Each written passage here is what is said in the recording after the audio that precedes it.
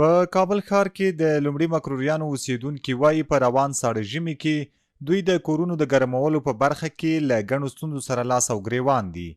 دوی وایي له یوې خوا دا تیر 3 کاله کېږي چې د مرکز ګرمویو سیستم غیر فعاله دی او له بلې خوا د سونتوکو موادو بیې هم لوړې شوي دي چې ډیری خلک یې د رانیولو توان نه لري. مدت 3 سال است که فعال نشده طالب. شاوخوا 3 کاله کېږي چې مرکز ګرمیو سیستم نه دی فعال شوی. په هغه وخت کې کومه تخنیکي ستونزه پیدا کړې وه.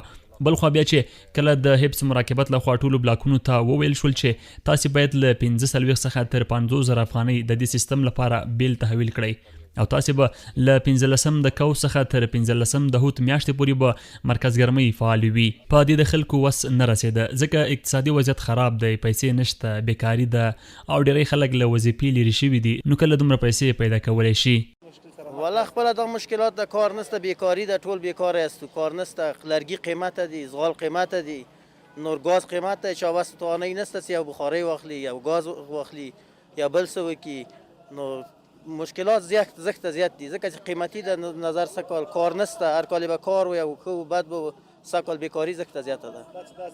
د زړو مکروریانو یو شمېر اوسیدونکي بیا د عمومي مرکز ګرمویو د سیستم د غیر فعالېدو په اړه وایي دا چې د خلکو اقتصادي وضعیت خراب دی او بیکاري هم له حد زیاته شوي، نو نشي کولی چې د کورونو د تودولو لپاره دا سیستم فعاله کړي. فعلا دغه ګاز دی وروره، دغه ګازونه استفاده کوي، که برقي بخاري لګوي او که نه دغه ګازي لګوي. اما کوټو کې ما یو خونه کې همالته یو کوټه کې ناست دي، سره د اولو بچیانو سره خلاص زیاتي عمر داسې ژوند تېرېږي. خلکو ته اقتصاد ډېر مشکله ده، ډېر سخت ده. دا توان نه لري، په دې خلک ډیر فقیر دي، فقر د اقتصاد وضع ښه نه ده او خلک د اتاقه کې موس کراګانې هم راټیټې شوي دي، ټول خلک مشکل سره مواجه دي. د مکروریانو د ساتنې او څارنې دولتي شرکت رئیس بیا د مرکز ګرمویو د سیستم په اړه وایي چې دوی د تخنیکي اړخه هیڅ کومه ستونزه نه لري او اوس هم دې ته تیار دي چې دا سیستم فعاله کړي، خو زیاتوي ځینې نورې ستونزې شته چې د مرکز ګرمویو د فعالېدو مخه یې نیولې ده.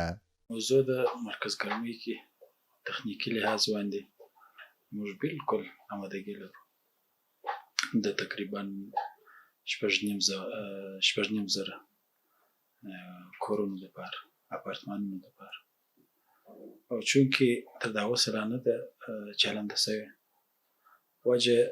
یوه وجه د مکروزیت ده، خلکو باندې مخکني قرضونه پاتې.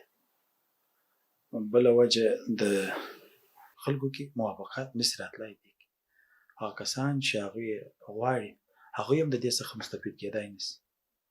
او دا سیستم چونکې وصل سیستم دی، داسې نه کېږي چې موږ یو بلاک ته خدمات ورکو بل ته یې نه کړو، یا هغه کورونو ته چې هغوی غواړي هغوی ته یې ورکړو، هغه کورونو ته چې هغوی نه غواړي هغوی ته یې نه کړو.